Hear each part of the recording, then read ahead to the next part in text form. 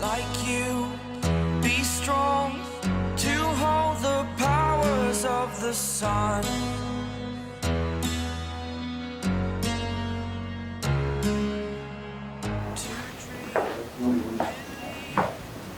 Morning, sir. Morning.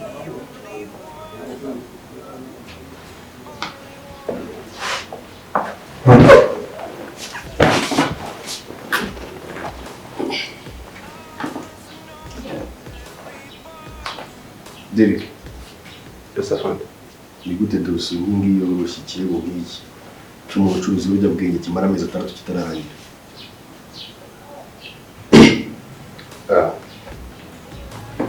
Nakoze ku kibazo cyiza n'icyo. Mu by'ukuri sinabona ko nabisobanura ariko bane ntibyoroshye. Ko makuru twamenye tunazi no kuburiya mugabo afite tactique za gisirikare. Reka n'ubundi makuru mwari mufite n'ubushize. Nuko mwagiye muvuga kandi ntabwo yigeze bikemuka. Ikibazo ni polisi niya muri kujyana. Ikibazo ni ikihe kiri muri iyo departement? Imeze bite? Mu by'ukuri afande tubiri. Mu biri case tuyirimo kandi turi amezi 6 muzi ibiyobyabwenge rwema amaze gucuruza mu rubyiruko no mu bandi bana impande z'igihugu. Gukusanya ibirego hose ntabwo turabona umusoro neza kugira ngo tugire amakuru yose neza tumara gukusanya ikirego ahantu hose. Buri gihe no gukusanya. Gusa mwabuze n'agatego mu gutega byibuze ari gutanga umufate. Muzanye tujye kumupima twamubona amagambo magana 3. Turaza kubikora afande. Kisi nk'ingi yoroshye ni ibintu biba byoroshye guhita mukora bikarangira. Ahubwo kuva afata iki kirego ntabwo kirarangira. Ese tuzabigomba kugeza ryari? Abakorana n'abantu benshi akenshi usanga atari wenyine, so nabo turajya ngo tubafatire hamwe tukusanyiriza icyarimwe tubagwe muri mwe. No gufata umwanzi w'igihugu nk'ubwo mukamwihorera bakidegembya agakomeza agacuruza mu gihugu. Buryo mukabirebera bikaba umunsi bikaba kuki mudahindura tekinike mwe murakoresha? Guhindura tekinike ntabwo bikwiye mu by'ukuri. Mu mare igihe mugende mu gishyiro n'abantu be bariyo batuze bajye mu tubari hano byose biri kubera be bariyo kikazigwe dose yafata iminsi ngari ngiye maguruka mbyigiremo. Oya fa ubindi birego byose narindi wo mbireke nze nkurikira ibintu bijyanye n'ibiyobyabwenge. Gusa wowe uri murakora iki? Mu by'ukuri uyu mugabo iyo tugiye kumugera dusanga afite aba agents batandukanye. Aba agents kuruta twe dufite. Nese ikibazo ni ibikoresho, ikibazo kiri nagira ngo ndikubyumva, ikibazo ni iki? Akenshi usanga akoresha aba civilians benshi. Ibyo nabyo bikaba bimwe mu mbogamizi twagiye tubona ariko vuba hanga uburyo bw'ibyo cyari imbogamizi. Cyo dukeneye kumva imbogamizi. Iyo ibintu bikunaniye bivuge bikuveho bihabwa abantu. Seze rutaye usubire mu musanzu. Uyu ni dosiye yagumye kumara amezi yose. I repeat myself, ntabwo biri bitunanira turabisha. Uzi ko ufashe dosiye igomba kumara icyumweru kimwe amezi 3 arashize. Use twaba turi mu bigize. Sa raporo zigiye zuzanira zivamo. Ariko reka mushimire rero. Uri umugabo mwiza pe. Rero ukuntu uriya mwana ibintu wamukoreye. Byiza shaho. Umugabo mwiza. Nafashe ubona ubwibone kweli. Oya, ariko nanone gushima ni ngombwa. Gushima ni ngombwa. Wowe kugira ngo ufate umwana umushakire business, umushingire business, umuhe buri kimwe cyose. Anyway, nta gitangaza kirimo kura n'umwana wacu. Ahubwo se utambwiye iriya modoka wayibonye gute? Umva iriya modoka bwo rero. Umva bigendamo neza. Umva iragenda neza huha. None ashyiramo n'akakazi ki. Ntukigira ntabwo ukishika gutyo umaze. No kugenda gutya. Maze nagera kuri badamu b'inshuti zanjye ngahita manura ibirahuri.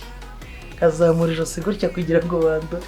So kwirata kwerekeye. Si umugabo wanjye. Ahubwo bashaka no kugira ngo bandebe baze mbaye irifuti. Ticyanjye. Twatojwe byinshi, dutozwa mu buryo butandukanye. Ndumva twategura amaneko yo mwiranga. Tuzongeye gutegura operation zizwe. Icyo nicyo kintu cyonyine gishobora gutuma Rwema tumutamurambushe. Mukoze afande. Excuse afande, numva ko ariko tugomba nta mpamvu yaba bamaniko bavuye muri twebwe umva ko hanyuma dosiye wafashe turihagije nta mpamvu yamaniko urimo uranga ibitekerezo bizima wese ibyo watanze ni ibi reba iminsi dosiye itwaye mufata imodoka mugenda buri gihe mugarukira mu kandi duhereza ukwezi kumwe nta kwezi kukiri ni cyarangiye byamaze kurambirana dosiye buri munsi iri kwema kandi ko twabigenza bashikuje umuntu amatelefone baza umwana muri rugo ibyo byerekeye afana ntacyo nasabaga sa uriya mwana we dufite tugomba kumuvunikira tugomba gusetinga buri kimwe cyose ku buryo igihe tutakiriho hazavuga ati data na mama barankoreye oya uratandukanye n'abandi bagabo abandi bagenda bakasheta mu biki bakajya mu badamu bandi bakajya muri betting mu mipira ariko umwana ntamufite gusa reka afandikire ngo ariko uribuka ibintu twarahiye urabyibuka urabivuga gute kurinda igihugu hanyuma gufata rwema kukunaniye uzafata umwanzi dosiye nk'iyo yoroshye Kapiteni Darida bikurikirana Yes afande. Assignment ngiye kuyitaho. Izo dosiye zose ziguhereza.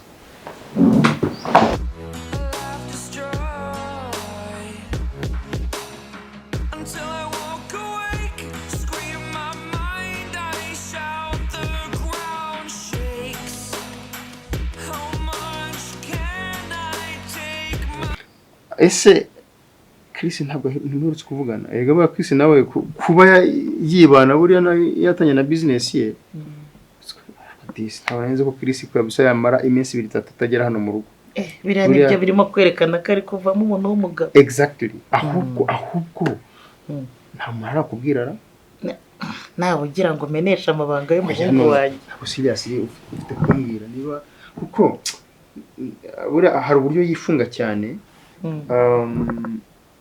kandi uburyo umuhungu na nyina baba ari inshuti cyane bashobora kuvuga ati ko se buriya daddy koko nimubwira yifata gute ariko ntamenye ko yarakuze Chris amaze gukura afite umukobwa mwiza sha rekoda ndamugutuye nakabya tubyihorera utanze muzarano nazongere kumbwira ndi mabanga reka akanoni keza ubwo gahunda ihari mbere yo kugira izindi gahunda dukora zindi ariko mbotekereza izindi nyine izindi tubanze tugire okay akanisa kabisa ujye muri dushe Buse birashoboka yuko Derek yaba ari we mugambanyi ntabwo bishoboka yaba yibagije se amabwiriza ya gipolisi n'inshingano z'abantu bashinzwe ubugenzacyaha Kapiteni Darida katajya abeshya ibi bintu ngomba kubimenya neza kanze nkwereke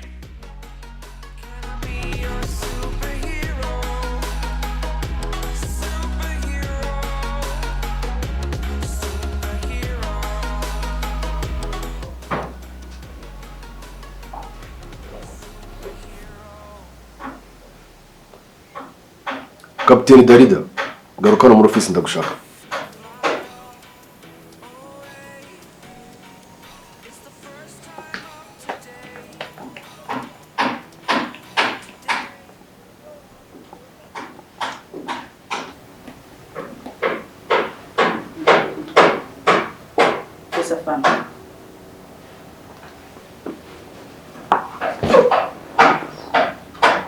ibintu by'ibyitso mbishe ngo biri mu hantu bimeze bite afande buriya nubwo ntashatse kubigarukaho kimwe mu bintu bishobora gutuma umuntu operation zose zifailinga nuko bafitemo uruhare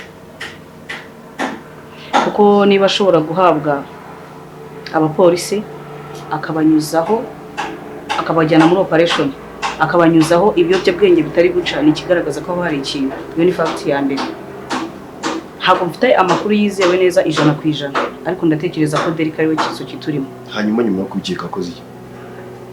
Afande, murabizi yuko ntabwo twipanga akazi, dutegereza akazi mu dupanga. Hanyuma ariko tugomba kwishakira ibisubizo hagati yacu. Mu gihe ubonye akantu waba wakora banza kagakemura. Nari ntegereje gushaka facts zishoboka. Ngiye kubikurikirana. Kaka ibintu bikomeye, ikintu cyakitswe kiriya.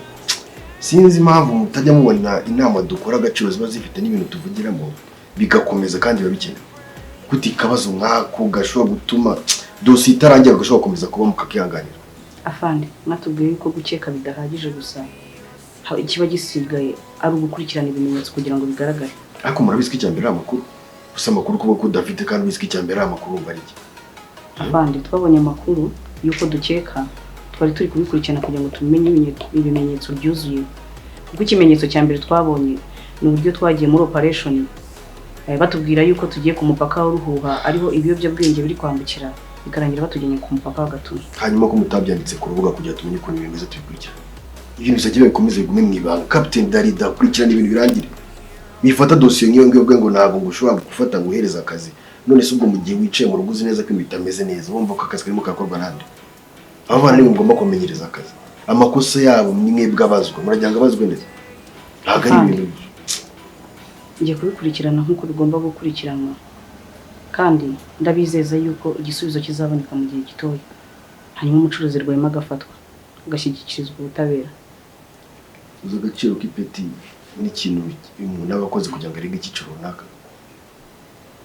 Niyo mpamvu imyanzuro ugomba kuyifata utitaye ngo biraza kugenda bite. Pfa kubafasha umwanzuro wowe uri mukuri kandi ukwiye.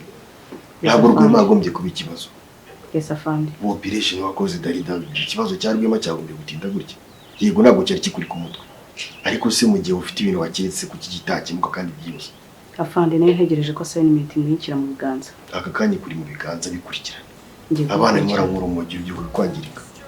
Gusa icyo nabasaba ndabasaba yuko muri operation zose zizategurwa Derek atazagaragara muri operation mu gihe cyose gifiteho amakuru yo kutamwizera. Bityo rero bizamfasha neza kugira ngo operation zanjye zigende neza. Okay. Mukure. Umugaruye muri office. Murakoze afande.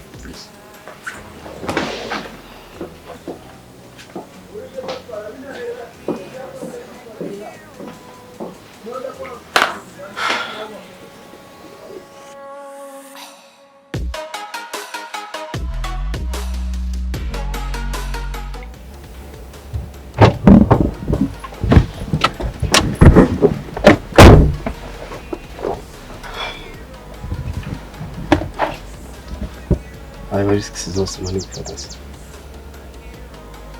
We safe here? Yeah, sure. Turi safe? Alright. What's the plan?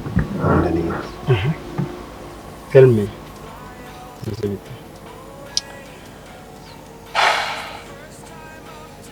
Ariko ngira icyo mubwira urabizi how we do it. Akazi noneho kakomeye. As I'm telling you,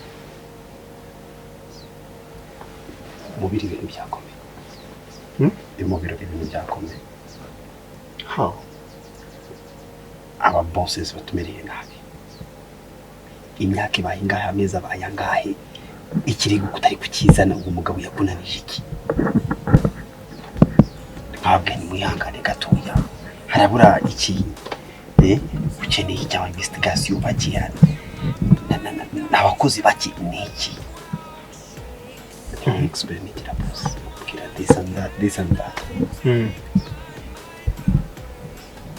Amakuru yanduye na nakubwira ngo nakubwira ko nyaguhereza abantu shyira amafaranga.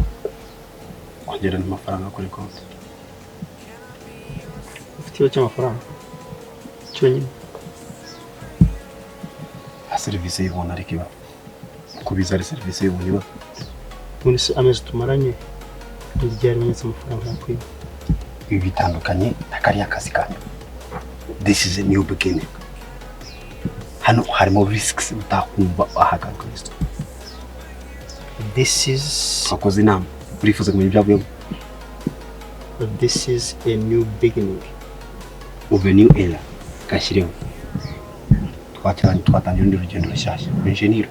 Aho kumubindi ko biricyo. I'm telling you. Tugomba kugira ibyo duhindura. Last but not least, the risk zose mba nafasha ariko. Ikindi uyu munsi habaye inama. Urifuza kumenya ibyavuyemo. Ongera amafaranga. Tell me. Money first. You add that money and then I tell you the whole story. But why do you think about the fucking money? I'm gonna give you. Money is everything. Exactly, I know. Without money, I'm nothing. Banyirukanye ku kazi ntacyo nabandi cyaye amasaha ubu tuvugana. Okay, go now. Tell me. Tira amafaranga kuri konti yabone. Unyereke. Ndabikora. Shiraho. Nyereke message. Money transfer. I'm gonna work on it, but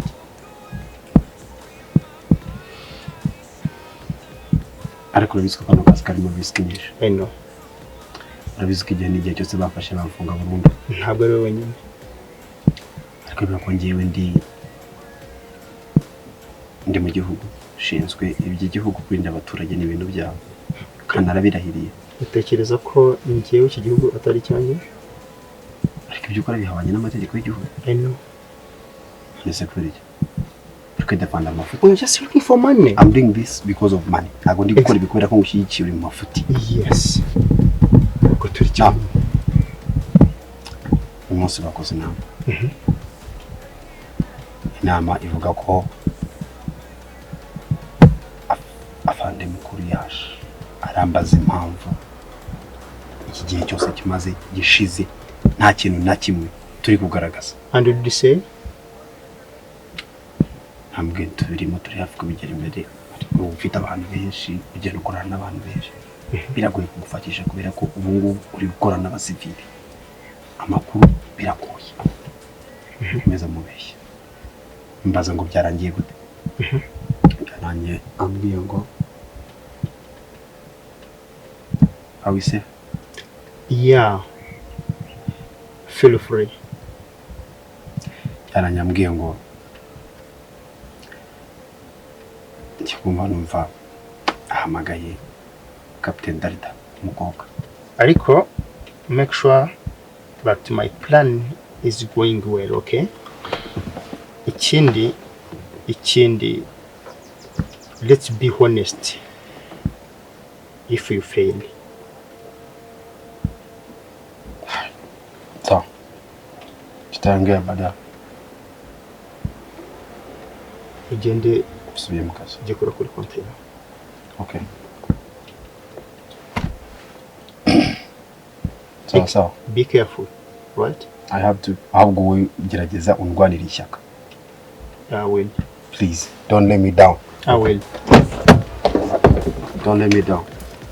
You got this, right?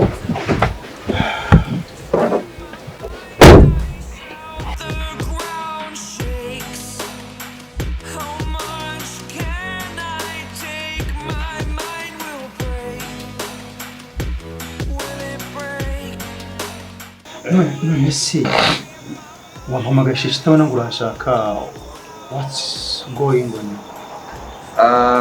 Ntabwo ari ibintu birenze ariko nagushakaga. Bituma inshuti wanjye twiganye cyane, twariganye turicarana inshuti yanjye. Niwe rero watumye gushaka.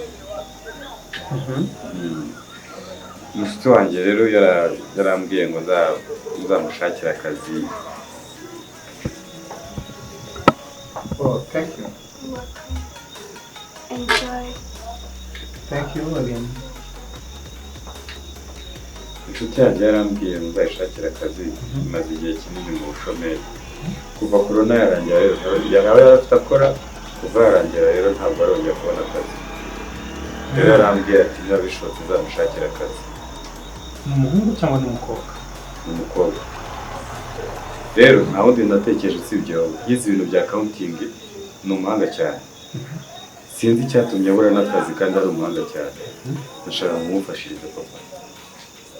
Of course, uri gushaka kuba umuhanga, ariko nkaba nagushyira muri company ariko umukiriya ukaba utakwatractinga umukiriya. Ndavuga customer care, uburyo avuga, uburyo yitwara imbere y'abakiriya n'iki. Icyo nshaka kuvuga. Okay. Physical appearance y'imeze. Rero ntago nzi kuba gupima ubwiza bw'umuntu. Ariko ushaka kubibona ukabona ko ari mwiza. Cyangwa ibyiza nuko mwazihurira. Chris. Ariko ntago ari mubi.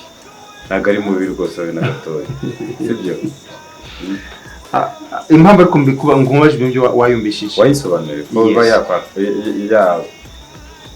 ko yakwatracting umukiriya cyangwa birashoboka muri business biterwa n'amahitamo business. wakora ku buryo ngiye mubona nkamubona physically noneho nkareba ko harabona na creatinga iyo ntuza post ufite umwanya se tukamuhamagara numve nta kibazo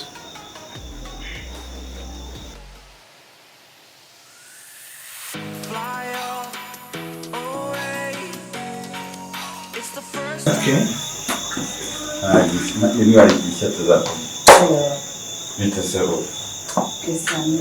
irene karibu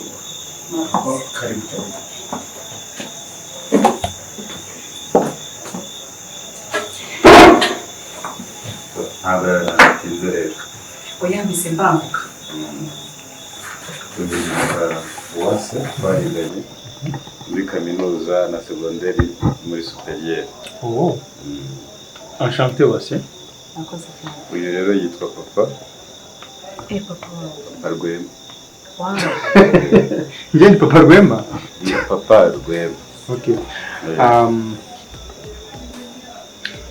Ni byiza Uwase.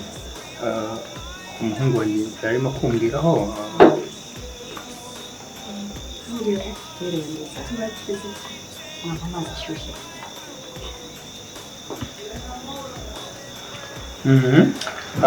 yarimo kumbwiraho ambwira ko umwiganye ambwira ko ari n'umuhanga mbese uburyo yagutatse mbonye ariko biri wacyo ntari namenya ni mu mutwe ariko physical appearance yawe ni nziza njyewe ntabwo njya mvuga umuntu agiye nuko mbaho Rwema nuko mbaho murakoze cyane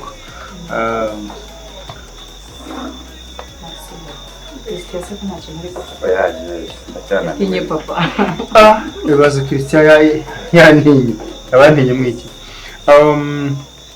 ariko ntaswe imfura na se bangana se imfura yanjye iramutse uraninze neza ni inyungu zawe kiwa interest uraza kumubaza ikibazo ndashaka kumugutuma noneho jewe umwibwirire papa ndi kwihuta papa ariko numva utinya abakobwa sha Njye ndi kwihuta kazi naniwe njye ndashaka kwitahira njye gutegura akazi kejo kuri kaminuza yaritondaga cyane ariko ari n'umwana mwiza yakora gufasha abandi bana navuga batishoboye aba support uhereye ku ma transport bamwe na bamwe akabagaburira iyo babaga batatashye bagafite ibyo kurya urumva rero ntabwo tumuzi yiyangaje mu bakobwa Chris like son like father rero papa okay uwa karame rero ndananiwe sinzi na mwanya emeranya kandi nzo kazi naniwe cyane muri Christian cyo nagushinja kandi urakoze ko waranzirikanye ko imyaka maze ndi umushomeri ni myinshi nta kibazo maze imyaka 3 yose ndi umushomeri papa ubwo rero uze kumwaranja ntacyo bitwaye ngereka amanota yeah, it's okay, go. Ntacyo in case I need you, I'll make a call, alright? Okay. Ubwo niba hari n'amafunguro, niba hari n'ikindi muri bufate munyohereze mbere uyu munsi ni yanjye. Oh, wow. Okay, turaza kwireba. Ntacyo.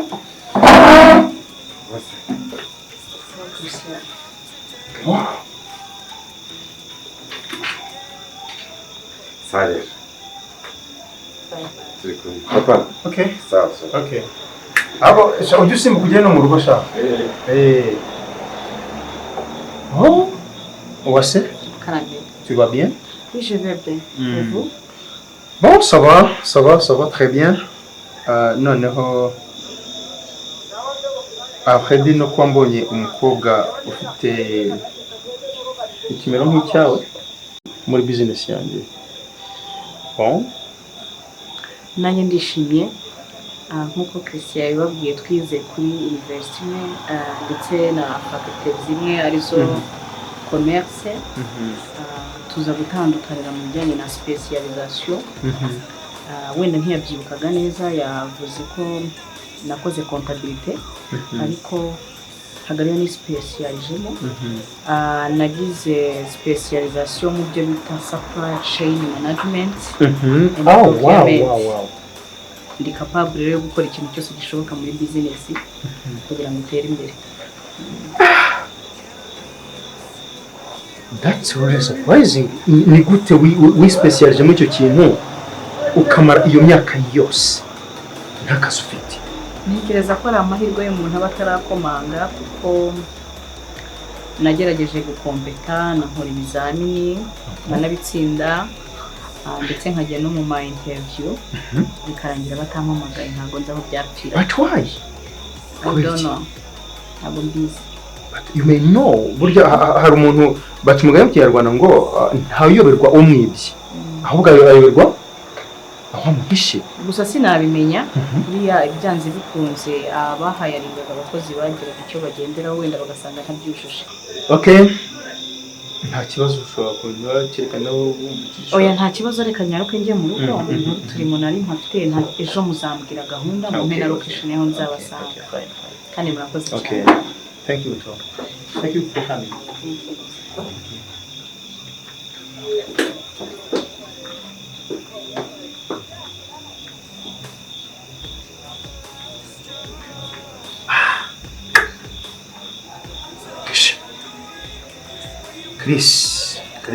Chris. Uyu nguyu we kabisa ndayamukuramo neza bihuye na size. Fuck. Ndamukuzanira kabisa. Ariko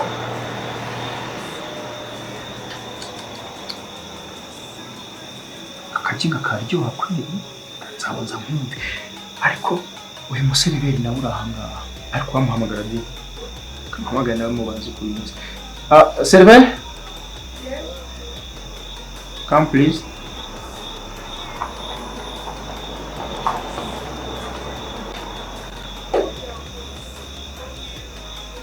Oh, so no, it's okay. If you don't mind, we'll set up another toy.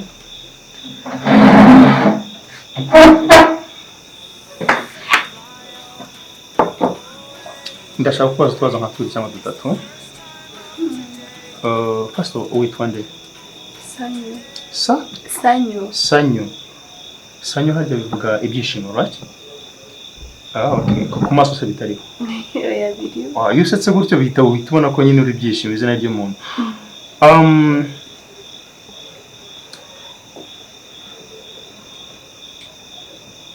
Ni gute umukobwa a beautiful young lady like you uza gukora mu kabari nk'aka ngaka? What's missing in kibura? Okay, nta kibura nuko umuntu aba ashaka gukora kugira ngo abeho. Yego, ntabwo ubwiza cyangwa igihagararo bikuraho nyine umuntu akorera. Yes, ndabyumva impamvu mbikubwiye. Sinabongo nakazi gasuzuguritse kubera ko tuza hano kadufasha ariko kandi nanone kundi ruhande karasuzuguritse because it's not your type. How? Aka ntabwo ari akazi kari kuri kariba yawe icyo ushaka kuvuga.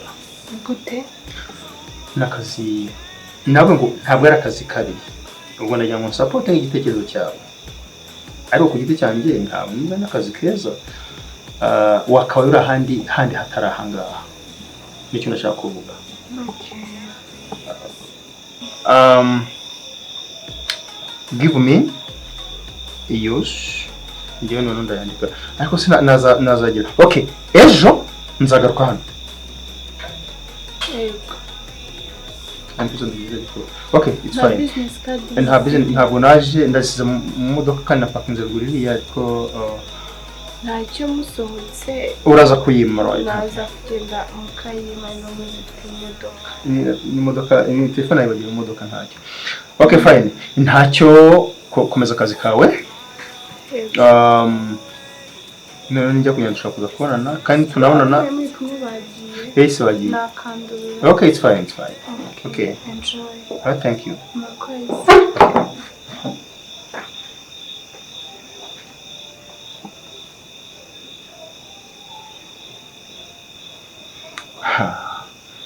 igihugu gifite abakobwa we umva ndabakoramo akazi kabisa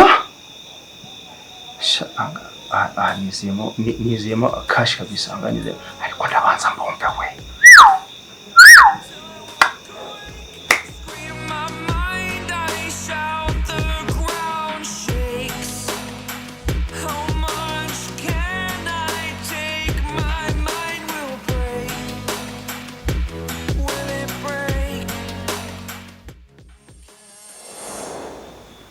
Boss, como magaye byihutirwa nta mpamvu. ufite gutegereza icyo nkubwira imbazo nyinshi. Okay.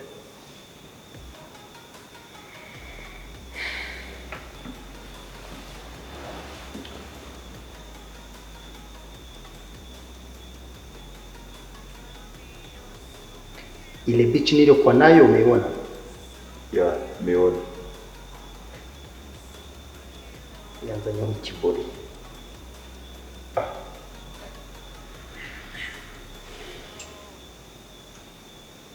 Kuzanya ikiburi.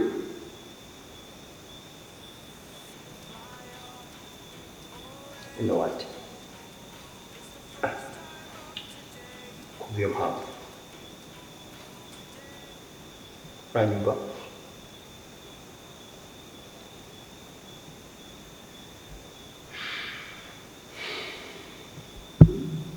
No, boss, mbwira niba ntacyo.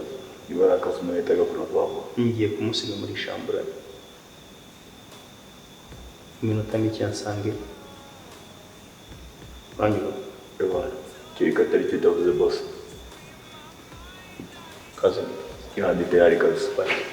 Ya, ndagakora kabisa. Bichi walai mwenyewe boss. Yeah. Boss, hakuna shida kabisa.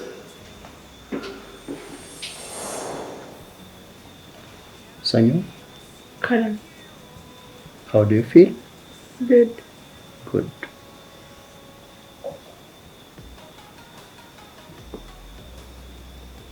Nakunze uburyo witwaye. Yeah. I like it.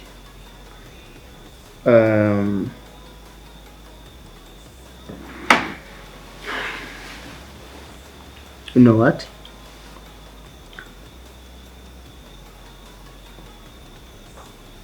Miliyoni ebyiri nakwemereye.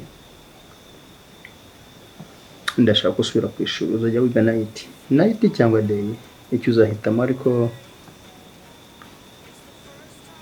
uzajya ushifitinga ntacyo. Sinzi uburyo uzabipanga. I wanna get back to school, right? Jya ku ishuri, uraza guhitamo shift wakora, niba ari day cyangwa night, noneho uraza kumbwira kugira ngo setting. Briefly, nakunze uburyo witwaye kandi ndizera ko uzabikomeza. Okay?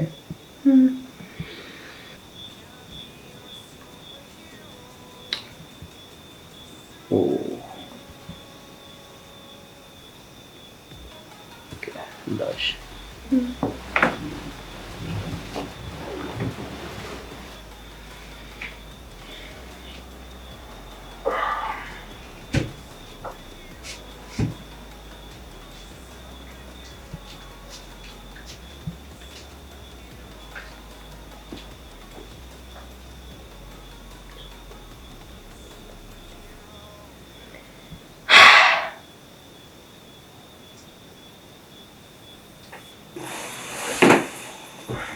Comment ça va, Derek? Meze neza. Ntabwo ndashaka kukubaza byinshi, ndashaka kubaza how the plan is. Bimeze bite ko nta makuru?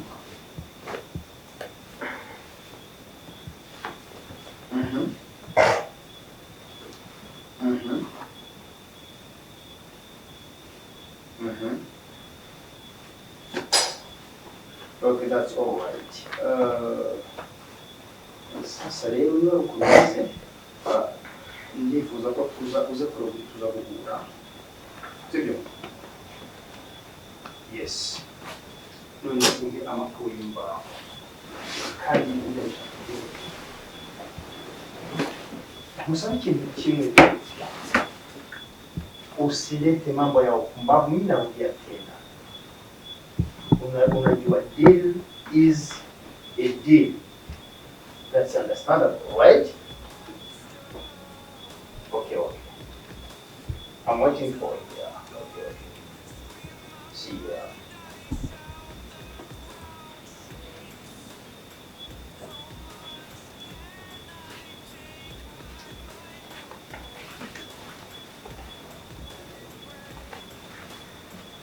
Yes, hello. Habari yako Jude? Mambo vipi huko bwana? Wazima? Na mimi si jambo kabisa. Vipi kimpango sasa? Mnajua ubunyo leo. Bwana, sijui niseme nini kabisa. Lakini Kinyarwanda chako ni kidogo, basi tumie lugha ya Kiswahili tu pekee yake. Haina taabu. Sasa leo hii bwana, kiukweli nilikuwa na watoto na vijitungu kabisa vile vya kabambe. Vizuri sana, virembo kipana ambavyo vimetengenezeka hatari sana. Bwana, ni mali. Mwana wewe kabisa. Basi nitakutumia nini pictures nawe utajionea. Ikiwa utaweza utaniambia. Lazima tutengeneze mambo yote, halafu siku 2 au 3 niwapeleke uwanja wa ndege, halafu ndio watakufikia kabisa. Lakini lazima kufuatana na urembo wao, ni wawili. Kufuatana na urembo wao, lazima utapandisha bei. Utarudufu mara 3, mara 2 ndio. Lazima hela zipande. Wewe achia kashi wako. Lakini kufikishia mali kabisa. Kali sana kabisa. Hai. Ewa ni joto wako kali sana bwana, mimi mwenyewe nimetambua.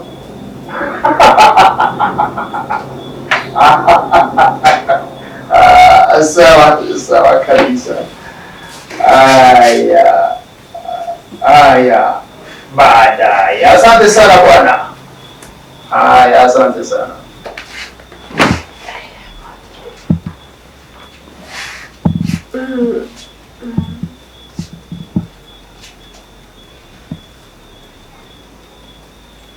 Sanya? Karani. Peter Fugoba. Oya, nabwo mpite. Sanya? Karani. Sanya? Njya mu maso. Karani. Cyumvishe? Oya.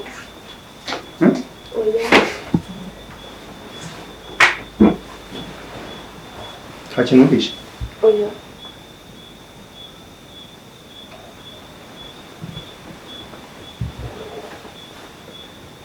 Sure.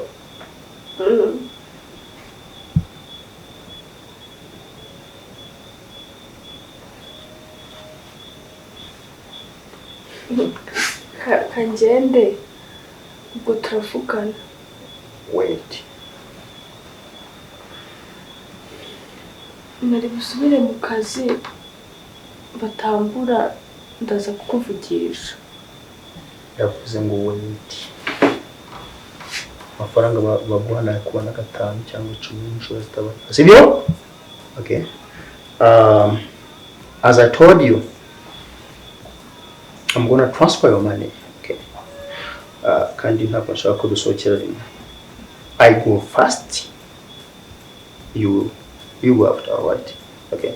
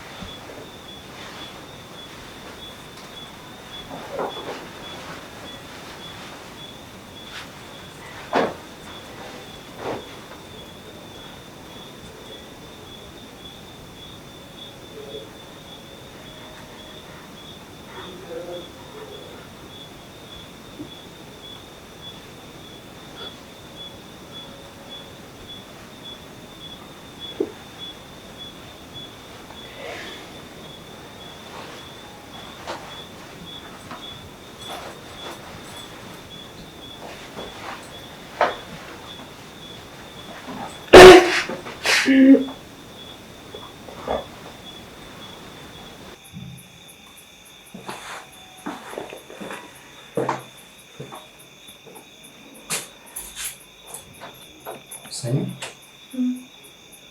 Take care.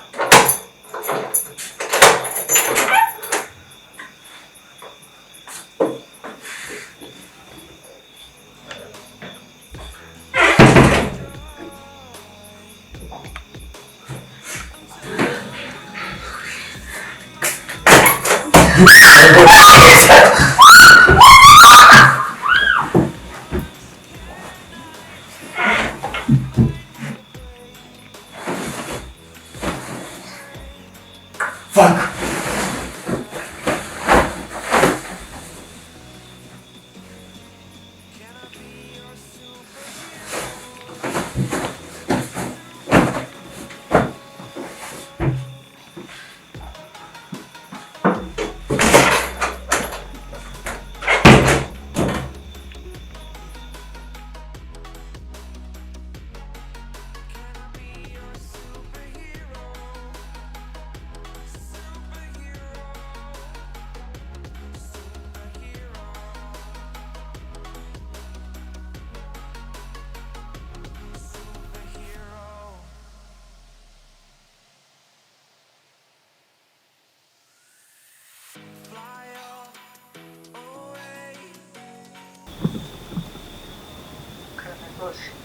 Yes, Wase. Are you around? Unsange muri apartment muri KN 57. Bose mushobora konyohereza location y'inda wagoye kuri WhatsApp. No, it's okay, fine. Oh, okay, that's fine. Bose mukarenda mbageze. Okay, see you soon. See you. Until I walk awake, scream my mind, I shout the ground. Welcome. Boss. Ça va? Ça va bien? Meze neza? Yes, I'm all right. Natinze. Ntabwo ari cyane ariko it's okay. Oh. Akazi nakiyemeje kose. Oh. Agusumye hashyushye. Inaonekana unajua mambo bwana.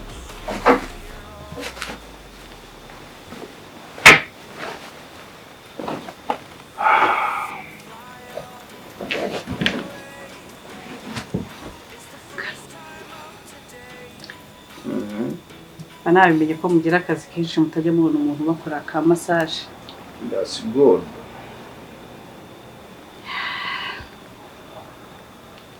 Is everything fine? Yeah, sure. I'm fine. Okay. And you?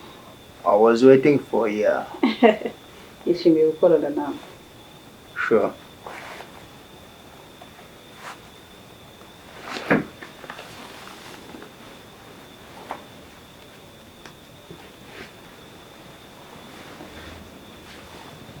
Hey, waragaki.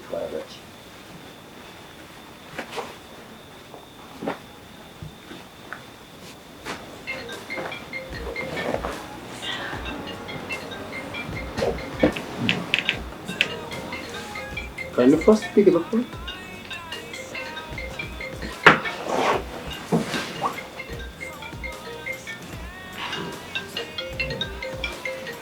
Ni mukwe wanjye uri kumpamagara.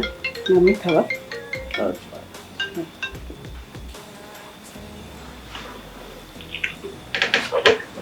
Karame yanko. Yes, bite mukobwa wanjye. Meze neza. Meze neza. Cyane. Wowe umeze ute mukwe? Ndangiye meze neza, hanyuma urifubitse kare ukagoroba. Ndifubitse kandi nambaye kwire. Wibutse kunywa ka cyayi cyangwa kinini kungana na sinezite. Ka cyayi nakanyege karimo na tangawizi.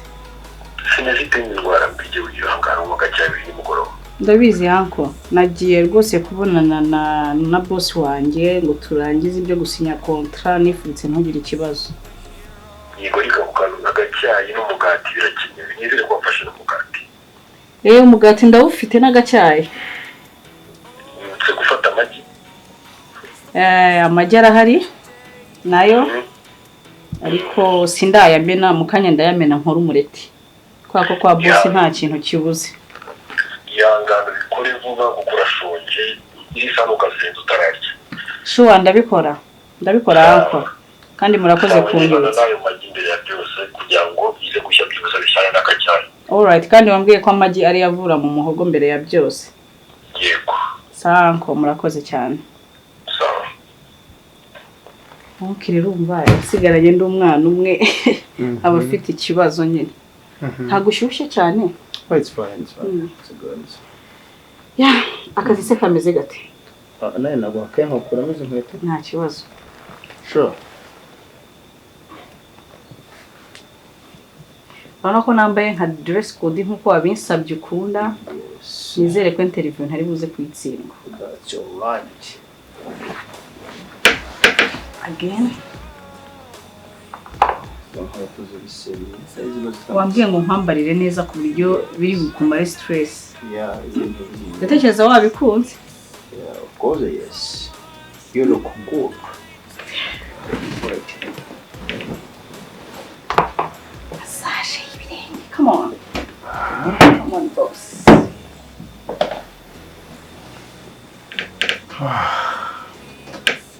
uri kwiyumva ute So fresh. So fresh. sure More than sure. come on utari active Yeah, that's the way I am. hug me I have to feel you first of all. hug me please This is the way you hug. Zira rundi mukozi ujye gukorera ibintu nk'ibi ngibi ndacyari mushya ibaze kuba ndi muri interview Urantunguye.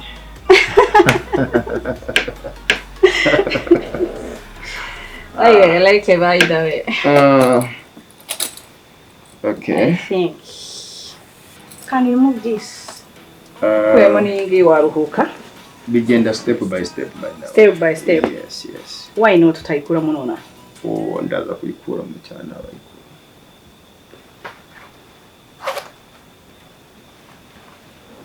Yeah, this I will do it myself.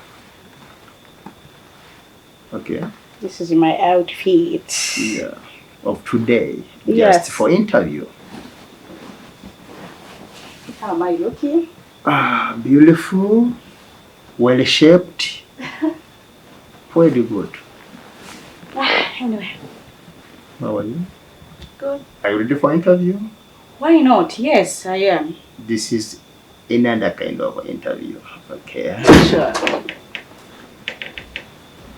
What's going on? What's it? I don't know uriya ninde What's wrong with me? uriya ninde se Ngenda kubaza. Gweba, you are under arrest. Amaboko hejuru.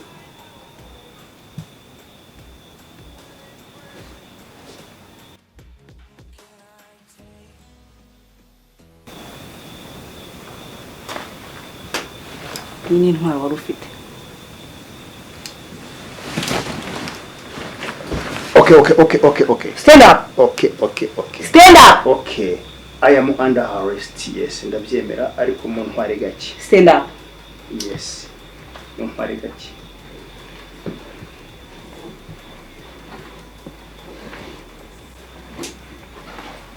izi ni intwaro wicisha abantu Reka mfunge. sohoka Gweba byambo. iki cyuma nicyo wicishije sanyo Gumaho ngaho nyine ndayikuzanira.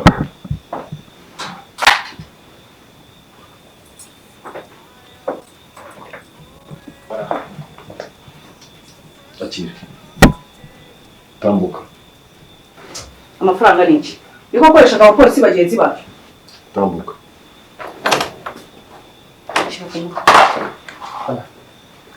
Komeza ntabwo uhindukira. Oyo nta muginga. Komeza ahantu hamwe. Nta muginga afite kabisa waba muri.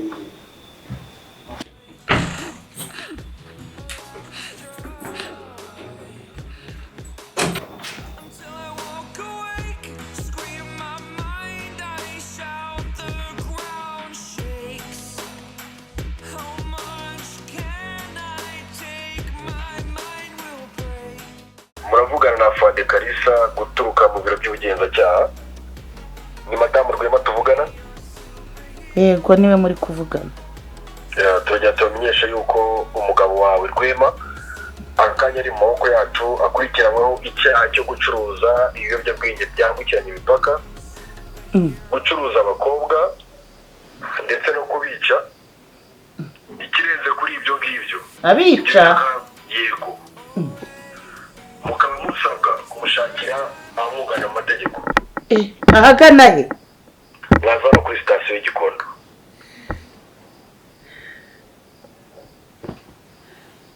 Sawa. Murakoze.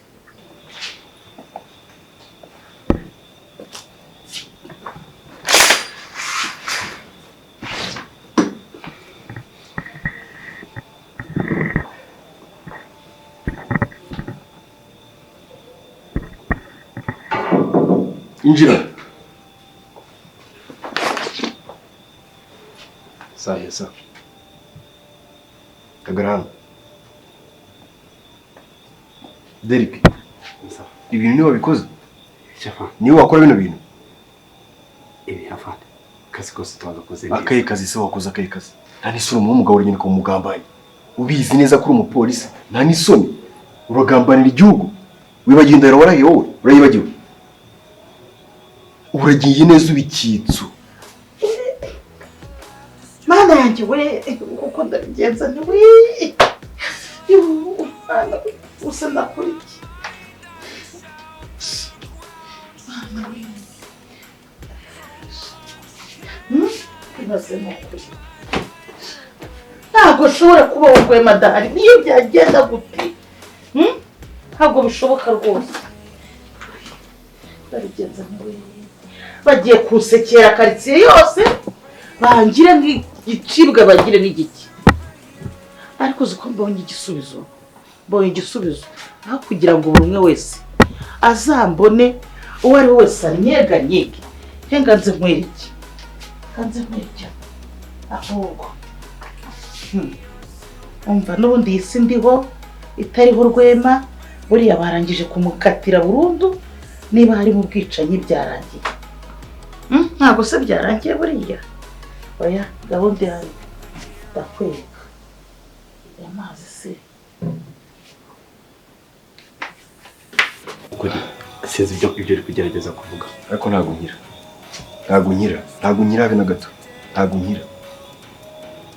Nuko igihano cy'urupfu cyavuyeho. Afande nakoze iki? Ndakuba hano bahagaze. Ubizi kuri umupolisi. Nkunda igihugu. Ugiye gukora n'abantu bacuruza ibiyobyabwenge nta n'isoni. Uragambanye. Ntabwo tujya twihanganira abagambanyi. Ibindi twabyihorera ariko abagambanyi ntabwo tujya tubyihanganira. Abandi turwanya ibiyobyabwenge kandi twiyemeje kubica mu gihugu. Niyunguye inama. Nganze nkwereke.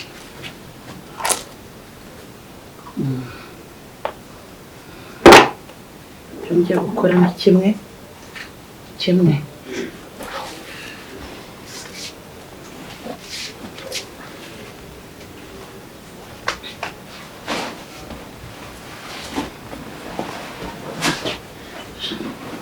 Ngende koko. Tarebe ndikuza sibyo katsima. Kigaye. Twariyemeje gusa waca ibintumwa birakugaragara ahantu hose.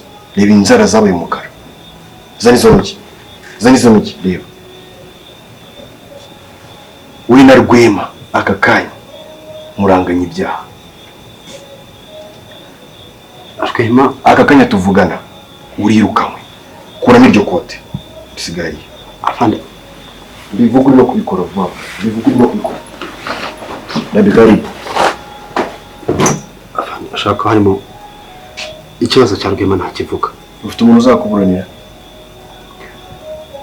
Oya. Ngomba kumuhabwa na leta.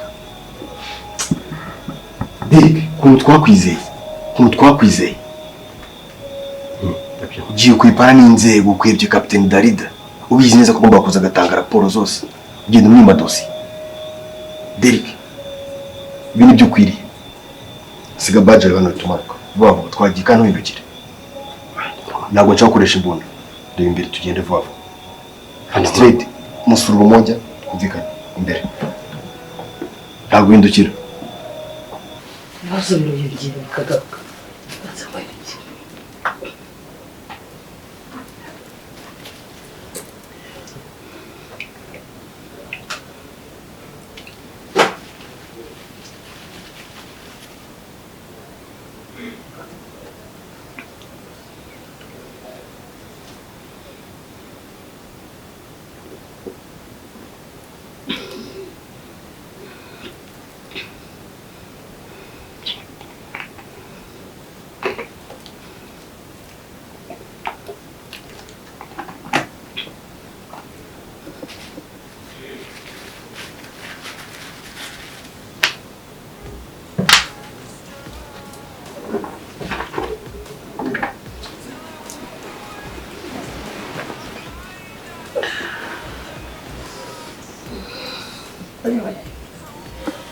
Kwanjye konyekagura we uwo Chris wanjye yabahari we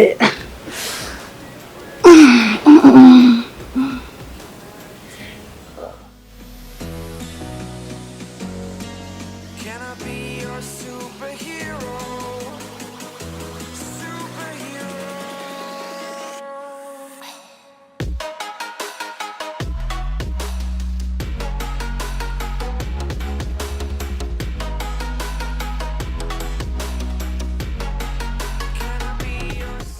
bakunzi baganza filimi twongeye kubasuhuza niwo mukunzi wanyu mu maganza Kagoyire duherukana umwaka ushize nabwo hari ikibazo yuko nari narapfuye ariko ni isomo tuba twigisha ubu nongeye nagarutseho niho ganza filimi ibera kaje iyi episode rero tumajije kubona tubonye ko hari ingo nyinshi zibayeho mu buryo bw'uko umugabo n'umugore baba babana ariko umwe atazi gahunda y'imikorere ya mugenzi we mwabonye yuko umugore yari umuntu w'umutesi wibera aho ngaho umugore yari umuntu wigendera mu kigare akumva arimo gushimishwa n'ibyo umugabo azana atazi na gato imirimo y'umugabo we ubwo rero birasaba ko hano umudamu wese uri ahangaha umugabo wari wese uri ahangaha agomba kumenya imirimo y'umuntu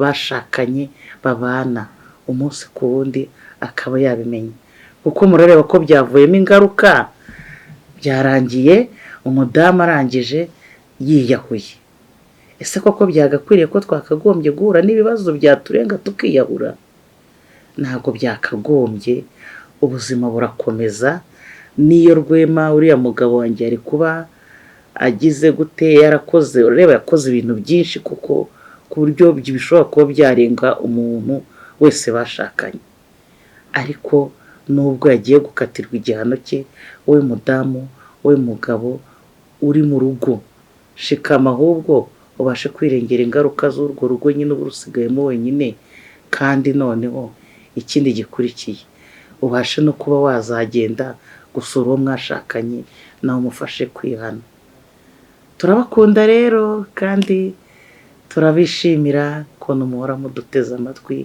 mudukurikiye ciao ciao